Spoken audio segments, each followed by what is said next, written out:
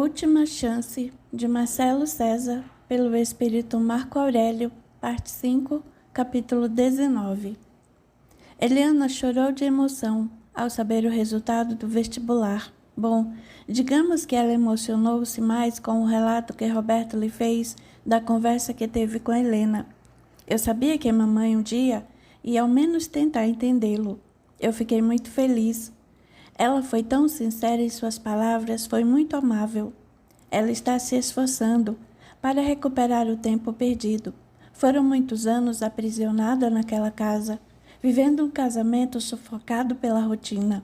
Eu percebi que ela começou a mudar logo após o enterro de papai. Percebi como ela resolveu tudo sozinha, tomou as providências, manteve o comportamento impecável. Tem algo que não lhe contei. O que foi? Depois que você voltou para casa, eu fiquei ainda uns dias ajudando mamãe a se desfazer dos pertences de papai. Durante a limpeza do guarda-roupa, encontrei uma caixa cheia de fotos. Sabia que nós tivemos um tio? Por alto. Talvez tenha ouvido alguma coisa quando garota, mas nunca dei a devida atenção. Papai teve um irmão. Otacílio era seu nome. Nunca ouvi falar. Ele era gay. Eliana surpreendeu-se. Mesmo? Mamãe me contou tudo. Tio Otacílio vivia com ela e com o papai, e os três eram muito felizes. Pode me contar. Não deixe escapar um detalhe. Roberta então relatou à irmã toda a conversa que tivera com a mãe. Contou toda a história de Otacílio e a suspeita de que ele não se matara. Depois de concluído o relato, Eliana disse: Compreendo nosso pai. Não estou aqui afirmando que as atitudes dele com você foram as melhores. Muito pelo contrário. Eu condeno todo e qualquer tipo de violência. Eu entendo você. Também refleti bastante depois que mamãe me contou essa história. Creio que papai tivesse medo que eu acabasse como seu irmão. Eliana o abraçou com carinho. Eu o amo muito, Beto. Eu também a amo. Vai ter de se dividir. Acostumei-me com você por perto. Meia semana você dorme aqui e meia semana na casa de mamãe. Ele riu. Vou ter de ter 2 quartos. Vou ficar confuso. De maneira alguma. Você pode frequentar a edícula, estudar, descansar, namorar. Namorar? Mamãe está fazendo muito esforço para entendê-lo e aceitá-lo. Mas creio ser muito difícil ela aceitar que um namorado seu durma em casa. Acho que a cabeça dela ainda não está preparada para isso. Também acho. Quando conhecer alguém interessante, poderá trazer aqui. A edícula lhe dá total privacidade. Eu confio em você. Sei que jamais traria qualquer um na nossa casa. Obrigada, Eliana. Entretanto, eu não penso nisso. Quero me dedicar à faculdade. Serão muitos anos de muito estudo e gostaria que Dalva morasse na edícula. Você tem um coração generoso. Não gosto de vê-la na lavanderia, entre caixas de sabão e roupas para lavar e passar. Mas e quanto aos seus momentos de diversão, poderá se apaixonar ou mesmo se divertir? Não sei. Desde que veio para cá, você nunca se envolveu com ninguém, não sente vontade de se relacionar? Sim. E por que não sai e vai se divertir? Eu nunca saí, Eliana. Nem sei se tem um lugar frequentado unicamente por gays. Ela deu uma gargalhada gostosa. Você mora na maior cidade da América Latina e acredita que não existam outros como você? Pelo menos aqui na vizinhança, eu tenho certeza que não tem. Eliana levantou-se e apanhou a bolsa. Tirou um folheto. Hoje fui ao centro da cidade para 2 entrevistas. Na saída de uma delas, um rapaz muito simpático me deu esse folheto. O que é? É uma boate. Uma discoteca frequentada por pessoas como você. Toca essas músicas que eu escuto na rádio na vitrola? Creio que sim. Eu perguntei ao rapaz se o ambiente era bem frequentado, se a música era boa, e ele me fez propaganda muito positiva. Até eu senti vontade de ir dançar. Não sei ao certo. Façamos o seguinte. No panfleto diz que a discoteca abre às 11 da noite. Você vai dar uma descansada, depois eu acordo. Você se arrume e eu lhe dou o dinheiro do táxi. De jeito algum. Você está batalhando um emprego, tem essa casa para sustentar, além de uma filha, uma empregada e um irmão que ainda vai demorar a começar a ganhar dinheiro. Sabe que a faculdade de medicina vai tomar todo o meu tempo. Não importa. Hoje é o seu dia, passou no vestibular, precisa comemorar. Vai sair dançar, vai se divertir, quem sabe fazer novas amizades. Tem razão, hoje é uma data muito especial. Um pouquinho de diversão não vai fazer mal. Sérgio olhou pela enésima vez para o aparelho de telefone. Vicente ficara de ligar naquele dia, na parte da tarde. Passava das 10 da noite, nem sinal do namorado. Ele ligou para o apartamento de Vicente e o telefone tocava até a linha cair. Depois, ligou para outros amigos em comum e nada de Vicente. Ele passou as mãos nos cabelos e não queria pensar. Sabia onde o namorado estava. Fora avisado por um telefonema anônimo semanas antes de que Vicente não estava trabalhando, mas estava numa sauna. Sérgio deixou-se envolver pelo telefonema e imediatamente foi até a sauna. Parou atrás de uma árvore no outro lado da calçada. 2 horas depois, Vicente saiu, ar cansado, porém todos sorrisos. Ele avançou a rua e o pegou pelo colarinho. Você me disse que não me traía mais. Vicente, pego desprevenido, tentou se justificar. Isso não é traição. Ai, como não? Isso é diversão. Traição é quando a gente sai com a mesma pessoa vezes seguida. Mas eu não faço isso. As minhas transas não têm nome nem telefone. Se você perguntar para mim com quem transei há pouco, nem vou me lembrar. Por que faz isso comigo, Vicente? Não faço nada. Você é meu namorado e eu o amo. Você me ama e sai com vários outros nas minhas costas. Isso é amor. Não, isso é sexo. É fisiológico. Uma necessidade física. Não tem nada a ver com sentimento. Eu uso esses caras. Sim, mas é diferente. Como diferente? Eu gosto de variar. Comer arroz com feijão todo dia enjoa. Uma macarronada, um bife, uma maionese. Eu preciso variar meu cardápio de vez em quando. Você me enoja, Vicente. Cláudio tinha razão, você não presta. Vicente enervou-se. Cláudio, não basta seu amigo morar em outra cidade. Ele continua e continuará sempre presente na nossa relação. Que inferno. Ele tem razão. Você me trai à torta e à direito. Nunca vai deixar de meter os chifres em mim. Sua definição de traição é muito arcaica. Eu não amo outro homem. Só nutro sentimentos unicamente por você. Consegue entender? Não. Sérgio saiu em disparada. Ficou muito nervoso naquela noite. Pegou o carro e rodou a esmo por horas a fio. Quando a cabeça esfriou, ele voltou para casa e dormiu. Vicente o procurou no dia seguinte, fez escândalo, gritou que o amava e que não conseguiria viver sem ele. Fez um escarcéu emocional e Sérgio mais uma vez acreditou.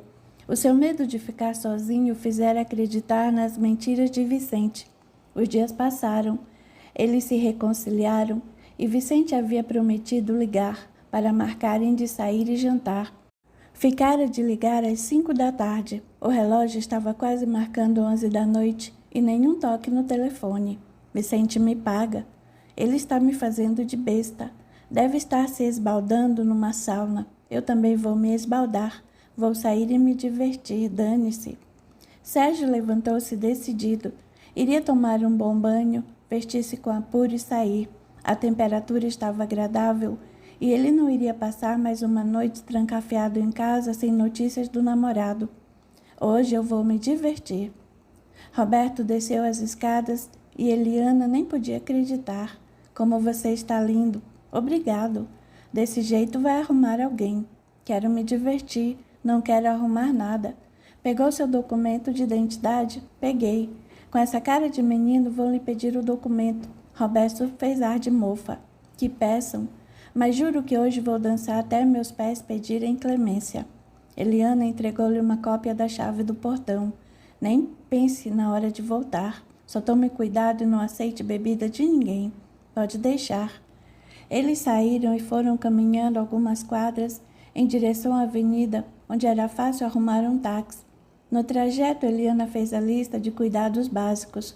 Embora fosse um homem, Roberto não tinha experiência com a noite e seus mistérios. O táxi apareceu. Ele se despediu da irmã e deu o endereço ao motorista.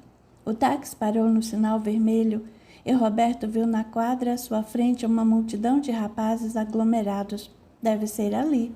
Disse para si enquanto sentia um friozinho percorrer-lhe a boca do estômago. Ele aproveitou o sinal vermelho e acertou a corrida com o motorista. Saltou do carro e caminhou até a fila. Foi a primeira vez que Roberto sentiu os olhos de cobiça sobre si. A maioria dos rapazes que frequentava aquela casa noturna se conhecia de vista. Roberto era novo no pedaço e, além do mais, era de uma beleza ímpar. Os rapazes cochichavam entre si e estavam impressionados com a beleza daquele menino. Ele comprou seu ingresso e foi barrado na porta. Documento? Roberto sacou a identidade do bolso.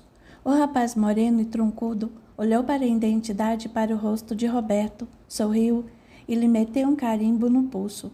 Primeira vez, né? Sim. Por que o carimbo? Você pagou o ingresso e vai entrar. Com esse carimbo no pulso, pode entrar e sair da boate quantas vezes quiser. Ah, eu entendi. Qualquer problema pode me chamar, sou Bagdá. Obrigado, Bagdá.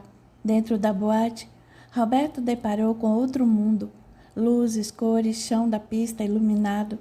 Ele sentiu-se como no cenário do filme Os Embalos de Sábado à Noite. Só falta encontrar o meu John Travolta. Ele sorriu e seu corpo foi envolvido pela música.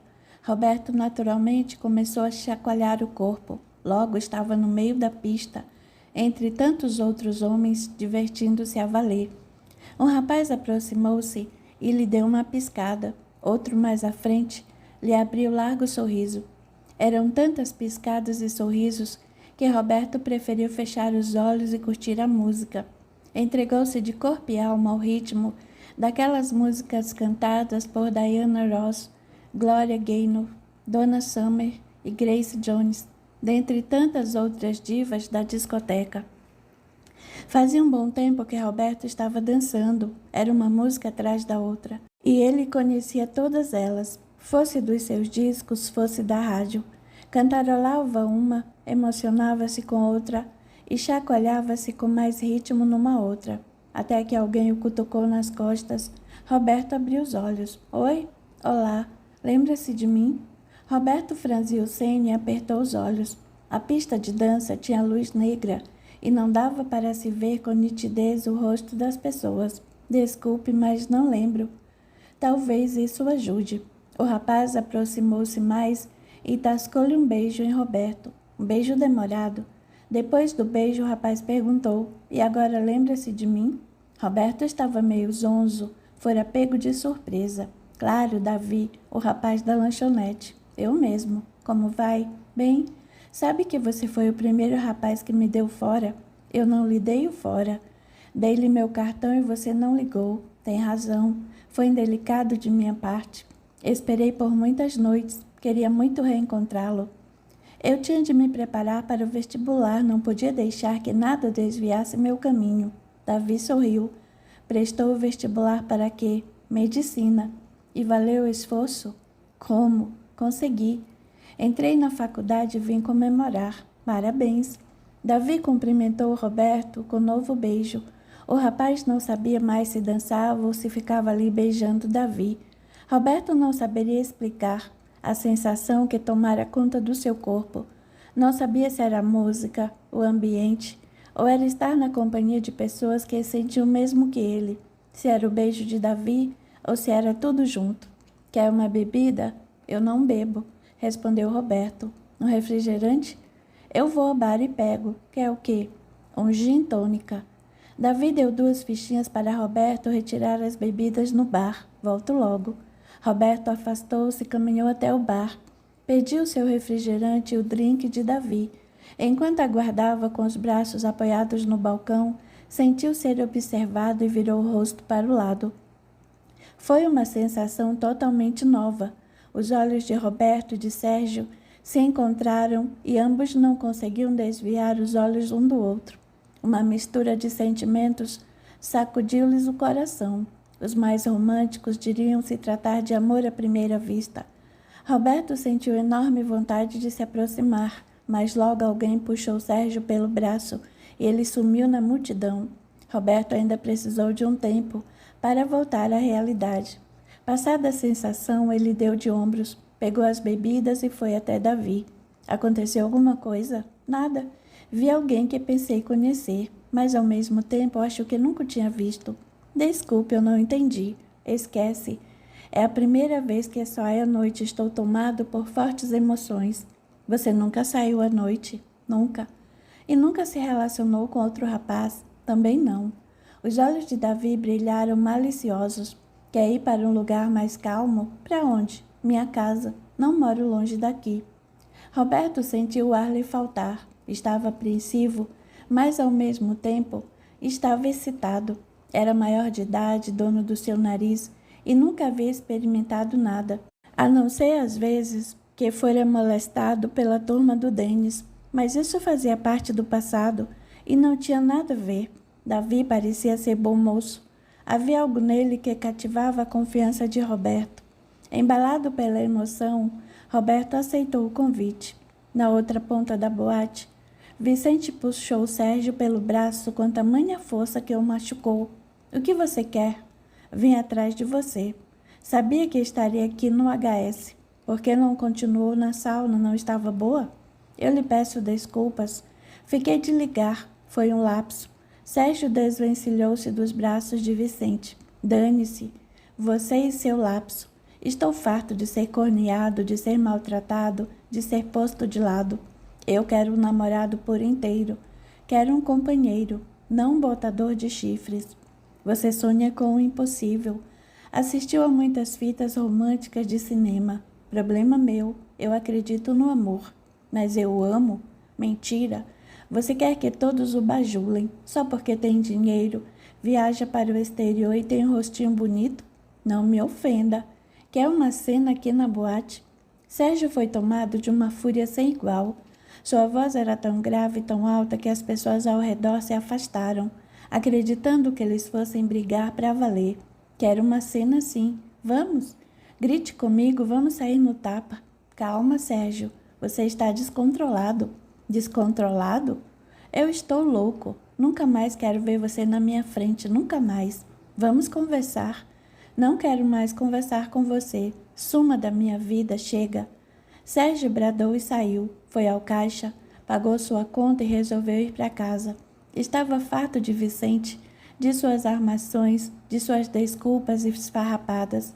Estava cansado de viver de migalhas de amor. Queria o pão inteiro.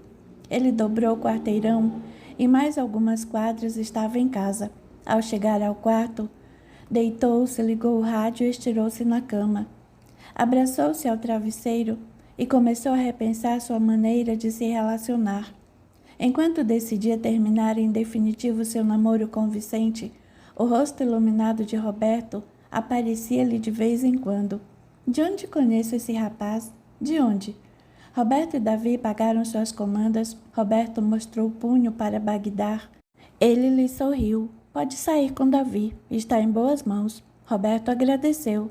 Saíram da boate e foram caminhando pela rua. Era madrugada e muitos rapazes estavam andando também em grupos, muito à vontade. Era algo inacreditável, porque alguns até andavam de mãos dadas.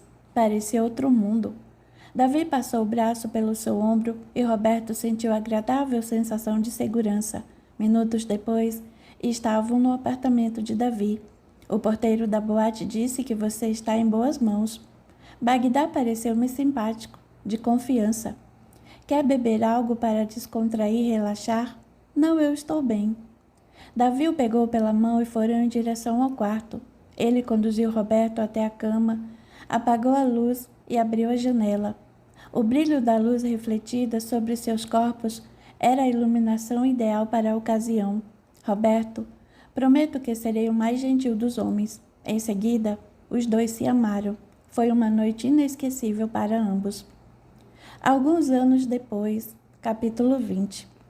Em meados de 1981, o jornal americano The New York Times apresentou uma matéria sobre uma doença misteriosa que estava causando a morte de jovens homossexuais masculinos em cidades como Nova York, São Francisco e Los Angeles. Os pacientes foram detectados com um tipo raro de câncer, o sarcoma de Kaposi, uma doença presente em populações de idade avançada, que nunca haviam aparecido em jovens. Aliado a isso, apareceram casos de infecção pulmonar. O que impressionava os médicos era que esses jovens apresentavam determinados sintomas e morriam em seguida. A estranha doença recebeu vários nomes antes de se tornar mundialmente conhecida como AIDS. Os primeiros, ainda naquele ano, foram imunodeficiência relatada em gays, doença da imunodeficiência adquirida, passando por nomes carregados de preconceito e desprezo, como doença rosa e câncer gay. Os médicos descobriram que o fato de possível transmissão acontecia via contato sexual, uso de drogas ou exposição a sangue e derivados. No ano seguinte, a matéria no jornal, o Centro de Controle de Doenças dos Estados Unidos finalmente adotou a sigla AIDS para designar a síndrome da imunodeficiência adquirida. O Brasil viria adotar a mesma sigla para designar a estranha e mortal doença. A comunidade gay americana entrou em pânico. Logo, a doença também atingiu os homossexuais em várias capitais europeias. Os casos aumentavam dia após dia, bem como o número de óbitos. Sérgio estava no Rio de Janeiro. Aproveitou um feriadão daqueles que vão de quinta a domingo para passar uns dias na companhia de Cláudio. Desde que tivera aquela calorosa discussão com Vicente, alguns anos antes, não queria mais saber de namoro ou qualquer outro tipo de envolvimento. Agora fazemos parte do mesmo time. Engana-se, protestou Cláudio. Eu não quero saber de compromisso, porque já lhe disse que tenho a certeza de que meu amor não é deste mundo. Tanto que desde que me mudei para o Rio não tenho me relacionado com ninguém. Você deve estar subindo pelas paredes. Não, eu estou em paz.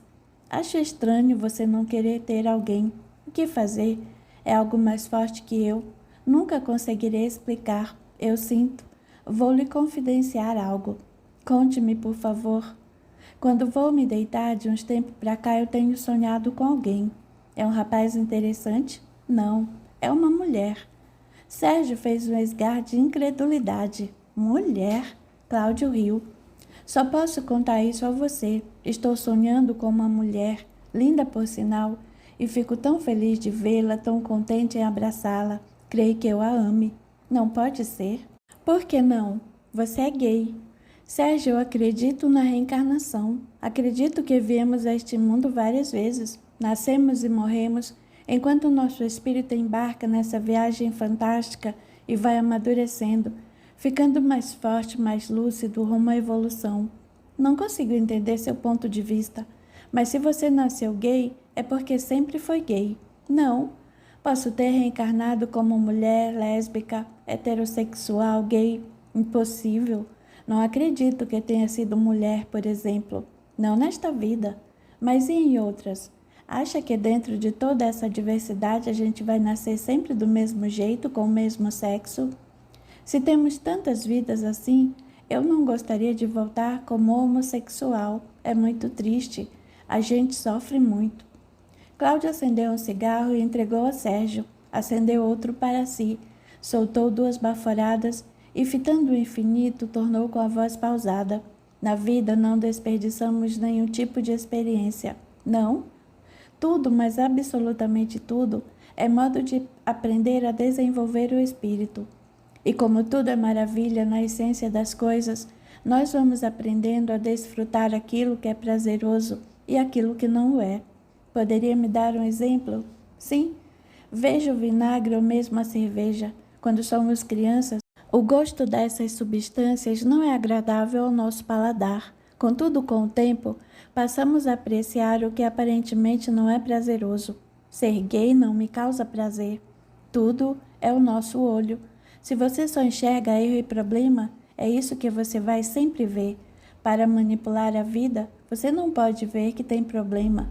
A pior coisa que lhe acontecer vai abrir-lhe a lucidez para pensar numa melhor maneira de se livrar, porque senão fecha as portas para a solução. O preconceito me corrói. O preconceito vive na mente. É nela que você encontra o medo, a morte, a doença. A vida reprimida ataca essas formas até que a ilusão seja banida. O próprio mal é a própria cura. Não se esqueça de que a consciência que viaja nesse corpo de carne é muito infantil. Preciso debelar esta mente inquietante. Por certo, mudando de assunto, você leu sobre essa doença que anda matando os gays lá nos Estados Unidos? Sim, fiquei muito triste. Sinto que logo também beberemos do cálice amargo dessa doença terrível. Sérgio bateu 3 vezes na madeira da mesinha à sua frente. Vira essa boca para lá. É uma doença local, de gay americano. Acredita que ela não vai descer a linha do Equador? Acha que ela só vai matar os homossexuais americanos e europeus? Acho. Se é uma doença que apareceu por lá, por que motivos deveria descer até o Brasil? Não tenho dúvidas de que ela chegará não só aqui, mas no mundo todo, uma epidemia. Nunca vi tão pessimista. Não sou pessimista. Não se esqueça de que, infelizmente, a cabeça acredita no pior. Qualquer desgraça que você produza, fruto da ilusão do seu pessimismo, é remédio aos olhos de Deus. Muita maldade, rebateu Sérgio. Não existe maldade no universo, somente ilusão verdadeira. Mas em relação a esses doentes, quanta desgraça! Não é desgraça? Um doente desses está num belíssimo aprendizado de desapego. Precisa aprender a viver na eternidade, aprender a conscientizar a verdade da vida, porque dessa desgraceira toda ele vai enxergar somente a verdade, nada mais do que a verdade. Isso posto, isso quer dizer então que qualquer experiência, seja boa ou ruim, é iluminação, é beleza? Sim, isso contradiz toda a lógica. Por mais que você entre na ilusão, ela ainda é uma bênção. É duro de você entender que tudo é bom, caso você acredite que haja o mal. Não é questão de acreditar no mal, é dele que vem o sofrimento, e todos nós sofremos, num grau maior ou menor. Sérgio, o que você chama de sofrimento? Dor, tristeza? Você transformou algumas coisas e criou algumas experiências muito rudes, mas que no fundo não deixam de ser grandes experiências e grandes lições estimulantes. E a outra maneira de criar são situações que causam prazer e nem por isso deixam de ser lições. Como lhe disse, tudo é o olho, a maneira de enxergarmos a vida. Sérgio apagou seu cigarro, levantou-se e caminhou até a janela, fitou o mar. Sentiu uma estranha sensação, um aperto no peito. Havia criado muitas experiências rudes na vida, não queria criar mais nenhuma. Capítulo 21. Roberto ganhou um carro de Leila, tão logo passou no vestibular. Ela lhe deu o presente como resultado de seu esforço e dedicação durante meses a fio. Seu veículo, quando conduzido por ele, fazia o mesmo trajeto, ir e voltar da faculdade. Raras eram as vezes que fazia outro trajeto. Às vezes tinha vontade de sair, mas se debruçava sobre os livros e esquecia-se das noitadas. Como tinha um coração generoso, ele dividiu o carro com a irmã. Eliana trabalhava numa loja de moda feminina durante o dia e voltava para casa de condução. Todavia, ela voltara a estudar e Roberto fazia questão que ela usasse o carro para ir e voltar dos cursos. Não gostava que a irmã pegasse condução tarde da noite. Roberto nunca mais saiu para dançar e de vez em quando em sua mente misturava-se cenas da sua noite inesquecível ao lado de Davi e daqueles olhos enigmáticos do rapaz do outro lado do balcão. Roberto nunca se esqueceu daqueles olhos. Será que um dia vou voltar a vê-los? Perguntou para si enquanto dirigia para a faculdade. O convívio com Leila e Eliana continuava da mesma forma agradável. Nas férias escolares, ele pegava uma sacola de roupas e passava dias na casa de Leila. Assistiam a filmes antigos, ouviam músicas, jogavam cartas e ele se esbaldava com Rex. Roberto estava rodeado de amigos que o queriam bem, sentia-se um felizardo. Nesses últimos anos, viu como fora e ainda era difícil assumir a própria condição homossexual. Muitos cresciam sem ter o carinho e apoio dentro de casa. Ouvia histórias, as mais cabeludas e tristes, algumas parecidas com as suas, outras muito mais tristes e sórdidas, que chegavam a transformar seu pai num homem inofensivo. Ao ingressar na faculdade, ouviu vários relatos de colegas que sofriam preconceito dentro dos próprios lares. Eram surrados, tinham suas mesadas cortadas, eram expulsos de casa. Outros chegavam a ser queimados com pontas de cigarro por irmãos mais perversos. Outros eram humilhados e sofriam perseguições. Era tudo muito chocante, visto que a maioria dos alunos vinha de família rica, cujos pais tinham nível escolar superior. Era difícil constatar que o preconceito não tem classe social definida, mas que se trata de uma praga, fruto da insensatez e da intolerância do ser humano. Conforme se tornava mais lúcido e inteligente, percebia que nunca se deixaria levar pelo grilhão do preconceito e da intolerância. Roberto não se fazia de rogado. Quando lhe perguntavam se ele tinha namorada, respondia: "Não tenho namorada, mas é tão bonito. Se tivesse, seria um namorado. Você é gay?" "Sim, e você?" Algumas pessoas nem mais lhe dirigiam a palavra, porém, a maioria achava graça na resposta e na maneira com que Roberto passava por cima dos ditames impostos pela sociedade, de maneira tranquila e sem se sentir ofendido. Na faculdade, os colegas sabiam de sua orientação e o respeitavam porque ele se dava o devido respeito. Havia inclusive alguns que o procuravam secretamente para lhe confidenciar que também sentiu atração por pessoas do mesmo sexo. E Roberto conversava e tirava certas dúvidas, baseado nas próprias experiências. Quando percebia que as conversas não estavam ajudando, indicava um profissional, um terapeuta, para que a pessoa pudesse viver feliz e em paz com sua sexualidade. No trajeto à escola, lembrou-se dos colegas que lidavam melhor com a questão e sorriu. Quem me dera vivêssemos todos em paz, respeitando a diversidade em todos os sentidos. Ele falou em alto tom e estacionou o veículo no meio-fio. Cumprimentou alguns colegas e caminhou sorridente até sua sala de aula. Sob os braços carregava seu trabalho. Eram páginas e mais páginas, resultado de horas de pesquisas. O jovem dobrou o corredor e entrou na classe. Cumprimentou outros colegas e dirigiu-se à mesa do professor. Vidigal era um senhor com pouco mais de 50 anos, cabelos prateados e óculos de armação escura que lhe conferiam um ar sisudo, mas era só na aparência. Era um homem calmo, divertido até. Os alunos adoravam suas aulas, sempre muito bem expostas. Roberto o adorava e Vidigal gostava muito dele, pois notara a dedicação com que o rapaz assistia às aulas. Nunca havia faltado, e o esforço para a realização de trabalhos, quando se tratava de uma exposição, um circuito de palestras ou alguma outra atividade extracurricular, Roberto era o primeiro a participar. "Bom dia. Como vai, professor?" "Bem." Vidigal levantou os óculos. "Eu pedi um trabalho de poucas páginas, pelo que vejo, sua pesquisa poderá virar um livro." Roberto sorriu. "Professor Vidigal, o assunto era tão interessante, eu me empolguei de tal forma que quando passei para a máquina de escrever, notei a quantidade de folhas. Confesso que o senhor vai se interessar." "Não tenho dúvidas. Todos os seus trabalhos sempre são interessantes." "Obrigado." Roberto entregou a pasta com o calhamaço de papéis. Sentou-se em sua cadeira. A aula fluía tranquila e Vidigal fez belo encerramento do ano escolar. Em seguida, despediu-se dos alunos. Alguns bateram palmas e rapidamente a sala se esvaziou. Roberto despedia-se de dois amigos no corredor quando Vidigal o chamou. "Poderia vir para cá?" "Sim."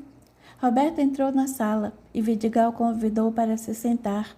Ofereceu-lhe uma cadeira. Ficaram frente a frente. Dei uma olhada rápida no seu trabalho. "Parece-me que está impecável, como de costume." "Obrigado, professor. Fiz com gosto." Foram madrugadas sem pregar o olho, porquanto tinha outras matérias e outros trabalhos para realizar, mas o resultado me fez ficar bastante satisfeito. "O que pretende fazer nas férias? Vai viajar?" "Não, senhor. Quero integrar mais uma vez a sua equipe de estagiários e trabalhar no hospital. Eu preciso botar em prática o que tenho aprendido em sala de aula. Creio que você não vai fazer parte de meu grupo." "Não, não este ano." O semblante de Roberto entristeceu-se. Pensei que minha participação estava certa e Vidigal o cortou com amabilidade. "Sabe, eu tenho um aluno que foi aceito para concluir o curso em Paris. Eu vou sentir muito a falta dele. É o meu melhor aluno."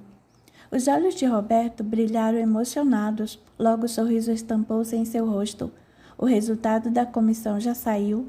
Sim, você foi um dos escolhidos, parabéns. Roberto levantou-se e Vidigal fez o mesmo. Ele abraçou o professor e uma lágrima escapou do canto de seu olho. Estou muito feliz. Eu sempre soube que uma das vagas era sua, nunca tive dúvidas. Sabe que vai levar um pouco mais de tempo para formar, certo? Sim, professor. Sei que será necessária uma adaptação do currículo e o consequente alongamento do curso. Entretanto, ao retornar para cá, você deverá validar o diploma, mas não precisará fazer residência aqui. Afinal, você vai trabalhar ao lado de um dos maiores especialistas da nossa área. Vou dar o melhor de mim, professor. Não tenho dúvidas. Como proceder? Vidigal pegou um papel sobre a mesa. Vá até a secretária e entregue esse papel para uma das atendentes. Preencha os formulários. Depois terá de preencher mais formulários, tirar passaporte, o visto, mais outra papelada e poderá partir. Vou tratar disso agora mesmo. Roberto abraçou o professor mais uma vez. Estava emocionado. Vidigal quebrou a emoção. Não se esqueça de que quando voltar vai trabalhar comigo. Estou empenhado na estruturação do primeiro programa de controle da AIDS no Brasil. Conto com sua preciosa colaboração assim que retornar. Pode contar. Não pense que vai se ver livre de mim tão cedo. Será uma honra trabalhar com o senhor. O jovem deixou a sala de aula e correu com o papel embaixo dos braços. Não via a hora de contar à sua família que em breve iria para a França. Naquela noite, Leila convidou Roberto, Helena e Eliana para comemorarem a sua admissão na Universidade Francesa. Comeram, beberam, brindaram e retornaram para casa tarde da noite. Os sonhos com Gina continuaram a miúde, e foi num desses encontros com o espírito amigo que Roberto começou a receber informações sobre a doença do ponto de vista espiritual.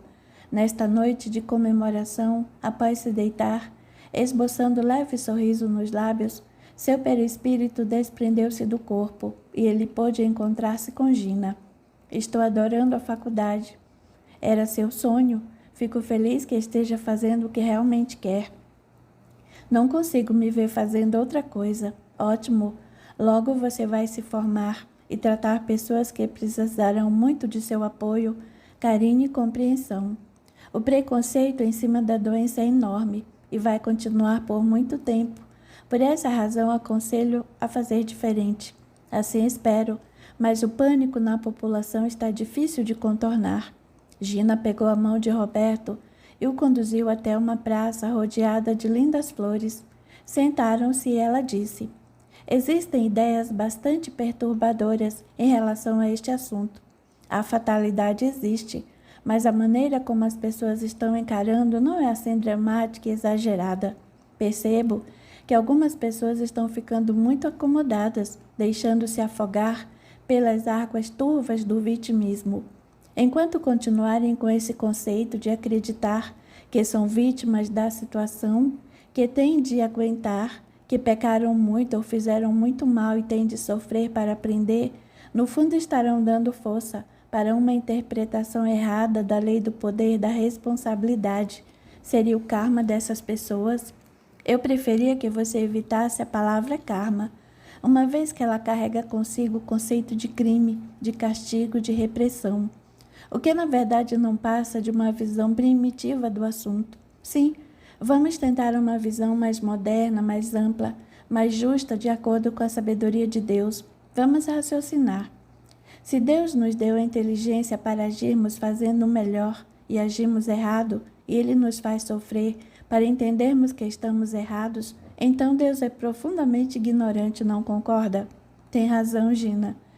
Por que então Ele não nos fez perfeitos e inteligentes? Porque motiva a punição. Isso não é coerente com a ideia de perfeição divina, de perfeição da vida.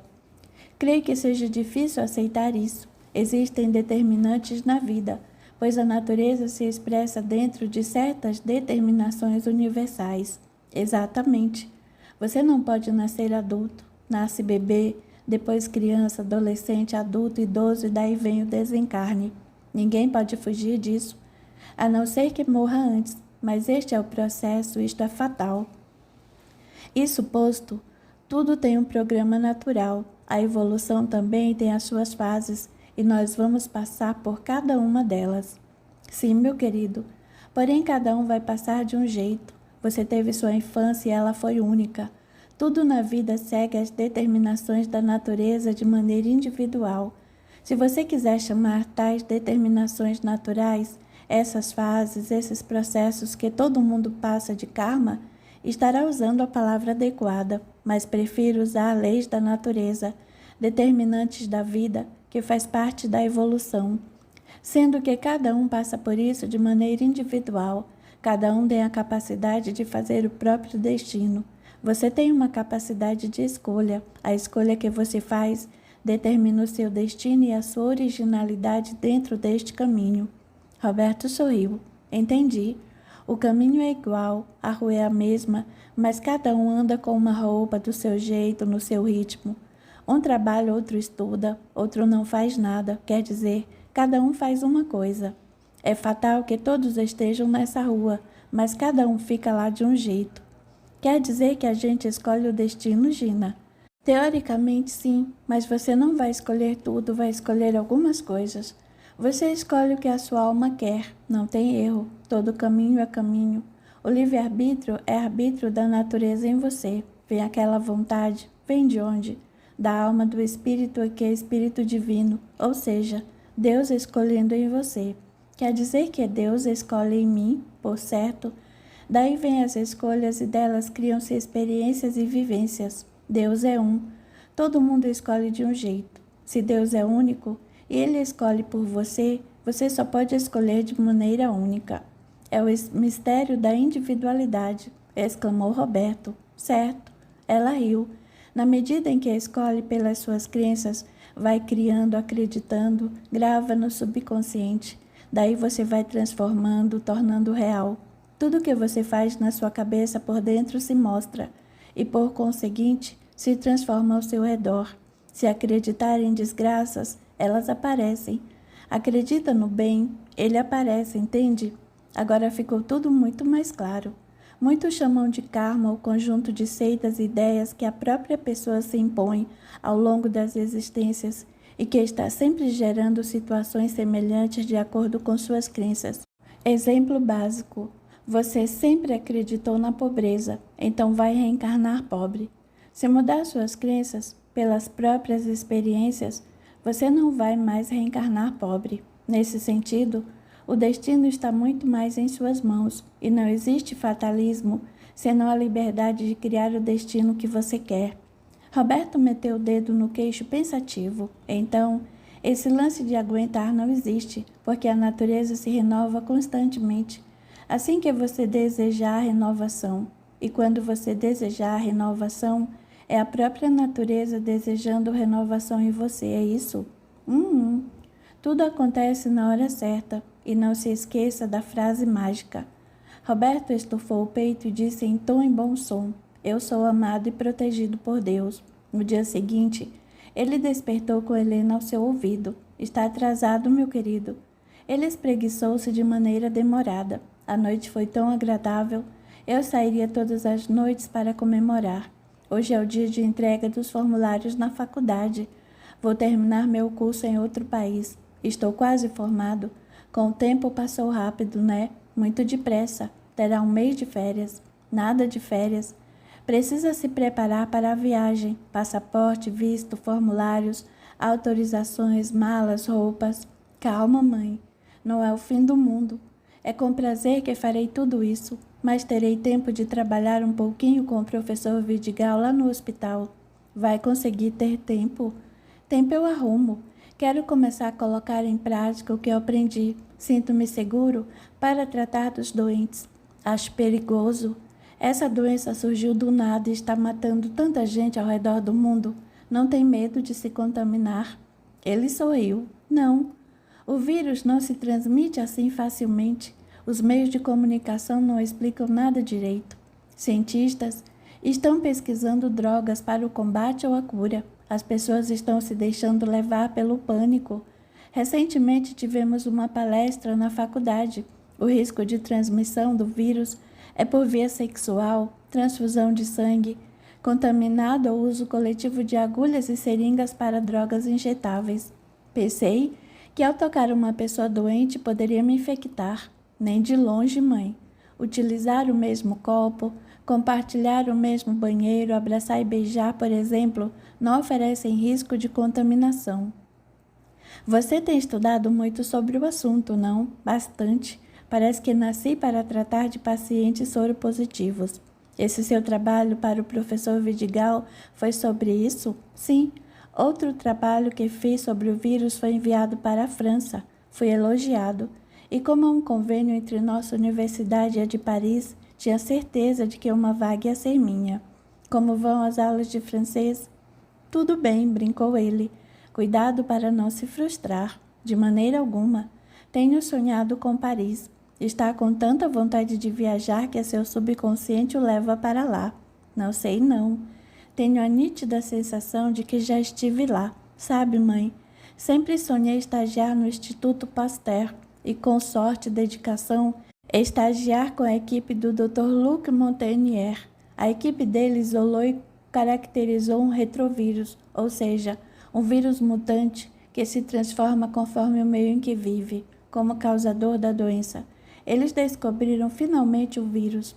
Temos passado momentos tão bons. Vai ser difícil ficarem sem sua companhia por um ano no mínimo. Se tudo der certo, quero fazer residência lá no exterior. Habituei-me com sua presença. Você mal para em casa. Está sempre viajando com suas amigas. Excursionou pelo país todo. Agora só falta o exterior. Roberto a beijou na testa. Eu adoro, mãe. Eu também o adoro, filho. Ele abraçou e beijou Helena várias vezes no rosto. Em seguida, começou a lhe fazer cócegas e logo os dois estavam brincando no chão do quarto. A relação de ambos melhorou bastante. Desde que viera para a capital e comprara o sobradão na quadra de trás de Eliana, Helena transformou-se numa outra mulher. Passou a fazer caminhada diária no parque próximo de sua casa e voltou em pouco tempo a ter o corpo esguio dos tempos de mocidade. Ela passou a tratar da pele e tingiu os cabelos de castanho claro, realçando a cor dos olhos e os lábios. Não demorou muito para ela se adaptar à vida agitada da capital paulistana. Helena mal parava em casa, tomava condução, pegava metrô e cada dia dirigia-se a um canto da metrópole. E todo fim de mês, religiosamente, fazia uma excursão com um grupo de amigas da mesma idade e que moravam na vizinhança. O convívio com Roberto não poderia ser melhor. Helena leu livros e conversou muito com Eliana sobre a sexualidade do filho. Aos poucos, a homossexualidade foi deixando de ser um bicho-papão em sua cabeça. Lembrou-se do quanto havia sido omissa na educação do filho e de quantas vezes o seu silêncio funcionara como indiferença, em que Otávio aproveitava sua passividade e descia o couro no menino. Helena precisou ver alguém agir como seu marido, para que ela se despisse de vez de algum resquício de preconceito. Aconteceu com o filho de uma amiga sua. Haviam combinado de dividir um táxi até a Praça da República. Geralmente, eram de lá que saíam os ônibus de excursão. Chegando à casa da amiga, não pôde deixar de escutar o marido, que fora de si aos berros, insultava o filho no escritório ao lado da sala de estar. Você morreu para mim. Nunca mais ponho os pés nesta casa. Por favor, papai, você escolheu. Fique com os gays, morra com os gays. Helena viu o rapaz sair aos prantos e em disparada para a rua. Sentiu um aperto no peito sem igual. A empregada avisou que o táxi tinha acabado de chegar. Você não vai fazer nada em relação a isso? Perguntou aturdida para sua amiga. De que adianta? Quem manda aqui é meu marido? Eu não posso contrariá-lo. Helena sentiu um gosto amargo na boca. Tinha vontade de invadir o escritório e encher aquele homem de supapos. Vamos perder o ônibus. Você está tranquila demais? Viu como seu filho saiu de casa? É sempre assim. Depois de uns dias ele volta e fingimos que está tudo normal. Helena meneou a cabeça para os lados. Mal podia acreditar no que ouviu. Ela mordiscou os lábios e em seguida lembrou-se de Otávio e de como ela também fora uma mãe relapsa por tantos anos. Se Roberto não tivesse tido o carinho e apoio de Eliana e Ricardo, talvez estivesse passando pelo que o filho de sua amiga, que deveria ter a mesma idade de Roberto. Como pude deixar-me envolver pelo preconceito e homofobia? Como podemos julgar a pessoa pela sua orientação sexual ou até mesmo pela raça ou condição social? Em que mundo vivemos? Deus, ajude-me a ser cada vez mais lúcida e, portanto, menos preconceituosa. Além de entender seu filho, Helena o admirava e, acima de tudo, amava-o incondicionalmente. Roberto se transformou num homem muito bonito. Logo que ingressou na universidade, foi convidado para participar da equipe de natação de sua turma. Em poucos anos, seu tórax e braços cresceram e ele tornou-se mais forte, mais encorpado, mais viril. Totalmente à vontade com sua orientação sexual, tornou-se um homem seguro, com gestos mais masculinos. Sua voz engrossou e ele era paquerado tanto por homens quanto por mulheres. O jovem até que tentou conciliar namoro e faculdade, mas em vão. O seu relacionamento com Davi durara pouco mais de 6 meses. Às vezes, eles se telefonavam e matavam as saudades. Depois de algum tempo, Davi desapareceu. Não mais ligou e seu número de telefone pertencia a outro assinante. Mesmo assim, Roberto continuou tendo um carinho especial por Davi. Jamais se esqueceria do amor dos dois e, logicamente, das noites seguintes, tão boas quanto a primeira. Envolvido nos estudos, a meta de Roberto tornou-se uma só: formar-se médico. Quando não estava em aula ou praticando a natação, ele absorvia todas as matérias publicadas sobre AIDS. Sabia que iria se tornar infectologista, com especialização. Capítulo 22. Ao saber que seu irmão iria para a França, Eliana sentiu uma emoção sem igual e naturalmente lembrou-se de Nicolas. Afinal de contas, por onde ele andaria? Nicolas voltou para a França no dia seguinte que conhecera Eliana. Embora ambos estivessem atraídos um pelo outro, ele tinha compromissos inadiáveis em sua terra natal. Na outra mão, ela precisava resolver sua situação matrimonial. Depois de assinar os papéis da separação, Eliana ficou com a casa. Entretanto, Alaor driblou a justiça e falsificou comprovantes de renda, e assim pagava uma pequena pensão que mal dava para custear as mensalidades do colégio de Rafaela. Eliana deixou de sonhar com seu príncipe encantado e foi à luta. Arrumou o primeiro emprego no consultório dentário. O salário era pequeno, mas dava para as despesas da casa. Até que uma das clientes simpatizou com ela e a convidou para trabalhar como vendedora em sua loja de roupas femininas no shopping badalado da cidade. Era a oportunidade que Eliana tanto sonhara. Com dedicação e esforço, ela se atirou no trabalho. Dalva cuidava de Rafaela e Eliana compensava a falta de contato diário com fins de semana, regados a muitos passeios, conversas e intimidade. Eliana não realizava nenhum programa no fim de semana que não fosse estar ao lado de Rafaela. Dessa forma, a menina cresceu num ambiente saudável e amoroso. Rafaela agora era uma mocinha e, influencia pelo comportamento da mãe, mostrou-se menina dedicada e sem preconceitos. Afinal, fora criada para apreciar as diferenças e nutria grande carinho por Roberto. Era seu tio querido, que conhecera e convivera desde a mais tenra idade. Para ela não importava a orientação sexual do tio. O amor que os unia estava acima de qualquer coisa. Moça educadíssima e prendada, fazia os deveres de casa e ajudava Dalva a manter a casa em ordem.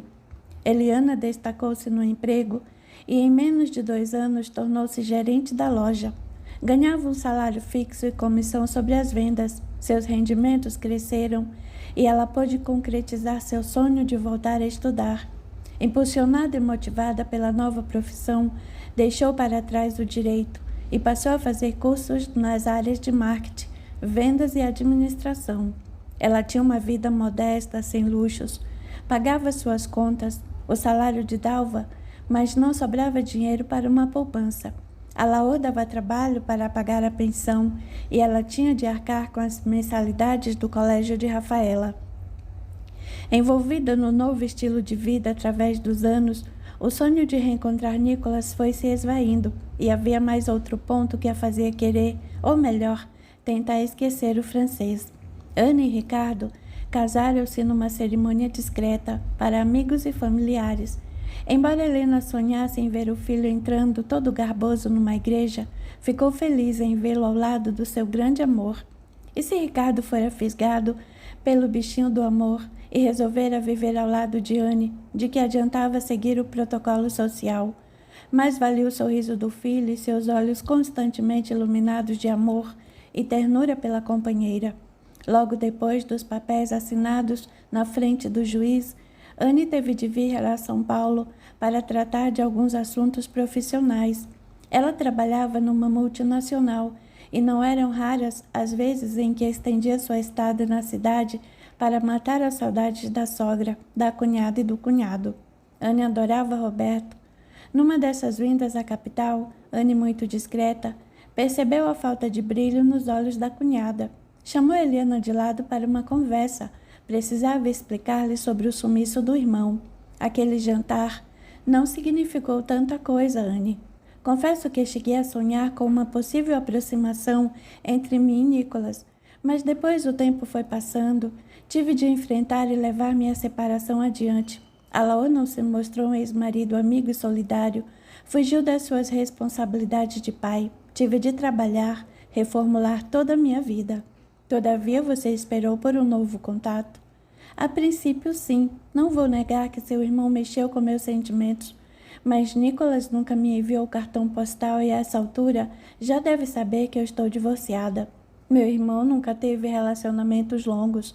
Seu primeiro casamento foi um verdadeiro fracasso. Depois disso, Nicholas nunca mais acreditou na possibilidade de um relacionamento estável. Ao conhecê-la, eu senti que ele se apaixonou de verdade. Foi amor à primeira vista. Amor a dar de vista, você quer dizer?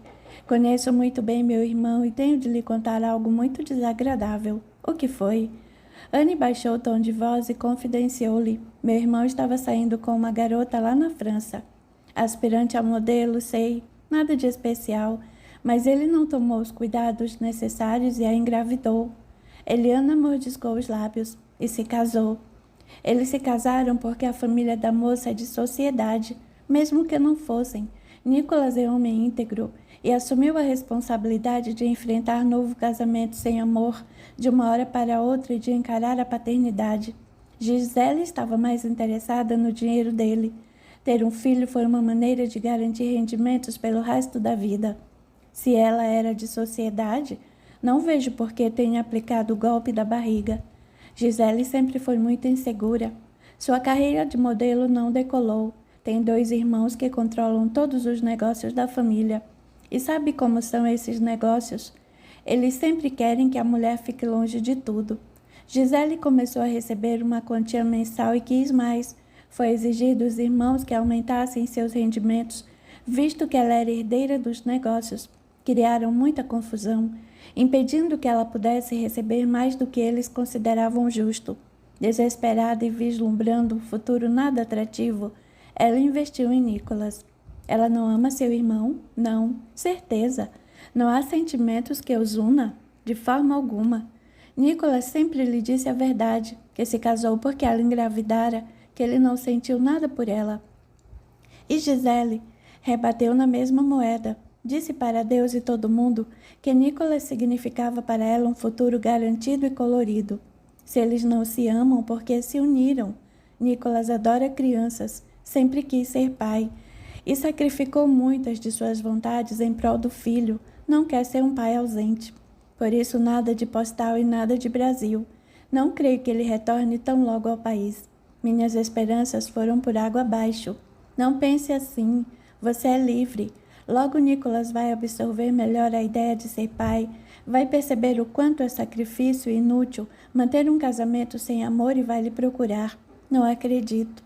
Confie. Essa conversa ocorreu há alguns anos, e a cada dia que passava mais distante ficava o sonho de reencontrar Nicholas. Até que Roberto veio com a notícia de mudar-se para a França. Eliana sentiu um friozinho na boca do estômago. Quando o assunto era a França, impossível não se lembrar de Nicholas. Seus pensamentos foram esparramados com a chegada de Rafaela. Mamãe, eu arrumei nosso jardim. Venha ver que lindo. Eliana sorriu. Rafaela tornara-se uma linda mocinha. Os cabelos caíam pelas costas e eram levemente encaracolados. Ela tinha os olhos vivos e bastante expressivos. Lembrava muito Eliana quando pequena. Vamos, filha, quero ver esse jardim. Levou muito tempo para Leila absorver o impacto daquela informação bombástica. Ela passou anos à procura de uma filha e Nelson lhe trazia uma novidade surpreendente. Ela havia dado à luz a um menino. Tem certeza de que a irmã Agnes não estava variando das ideias? Sim, ela estava doente, o corpo debilitado. Eu fui checar os dados. Descobri depois da confissão dela que você teve de fato um menino. E agora? Comeremos atrás dele. Teremos de recomeçar do zero. Nunca vou encontrá-lo. Tantos anos debruçados em cima do seu caso, e acabei tornando-me amigo do delegado Medeiros. Ele parece ser um bom homem e está me ajudando. O pai dele foi político influente na região e se lembra do seu ex-noivo. E de que vai adiantar? Herculano morreu. Seus pais devem estar mortos. Nelson coçou o queixo e encarou-a nos olhos. Não vai ser difícil Medeiros pressionar algum parente em busca de informações mais precisas. Logo descobriremos o paradeiro de seu filho. Não foi tão fácil assim. Nelson contava com a ajuda do delegado Medeiros para chegar à família que adotara o filho de Leila. Como o destino tem suas próprias leis, Medeiros morreu algum tempo depois e toda a busca teve de ser interrompida. Leila, no início, passou a angustiar-se, mas depois de um tempo começou a ter sonhos. Um desses foi muito real, nítido, e ela jamais se esqueceria da conversa, como também daquele espírito em forma de mulher, cuja luz era de uma luminosidade sem igual. Certa noite, angustiada e deprimida por saber que Medeiros havia morrido e que, portanto, reencontrar seu filho tornava-se algo mais para o impossível, Leila deitou-se e custou para pegar no sono. Ela não se lembra como tudo aconteceu, porém acordou com forte sensação de que aquele sonho quisera lhe dizer alguma coisa, ou até lhe mostrar o porquê de ter sido separada do filho. Assim que pegou no sono, Leila sonhou com uma pessoa desencarnada que conhecia de outras vidas. Gina? Como vai, Leila? Quanto tempo? Nesse momento ela teve um lampejo de lucidez. Estava angustiada. Não acredito que eu vá reencontrar meu amado filho Victor. Você está a um passo de reencontrá-lo, minha querida. Confie na vida. Como confiar?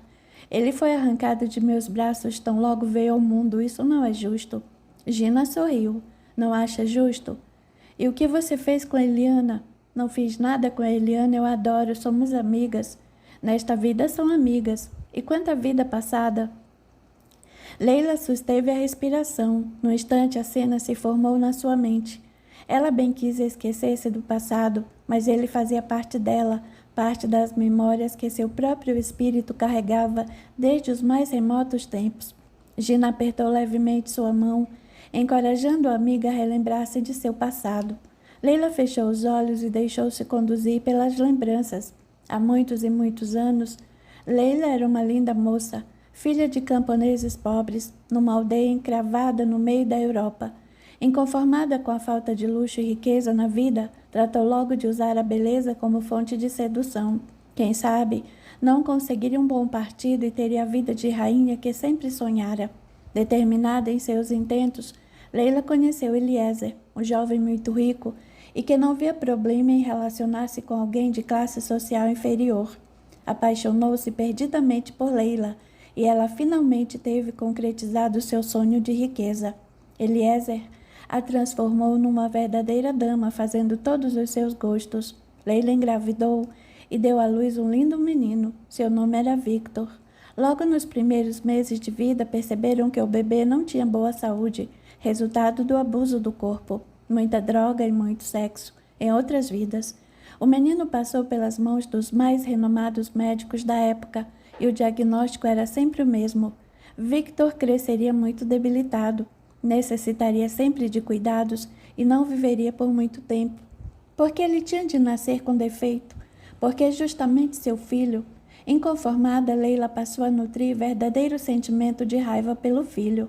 Eliezer tentava contemporizar e quis ter outros filhos. Insistia numa outra gravidez, porquanto naqueles tempos as famílias abastadas multiplicavam suas fortunas, casando os filhos entre si. Victor jamais se casaria, e se eles não tivessem outro filho, corria o risco de chegar à velhice sem nenhum vintém. Leila não queria contrariar o marido. Engravidava e em seguida provocava o aborto. Ela tinha verdadeiro pavor de ter outro filho imperfeito.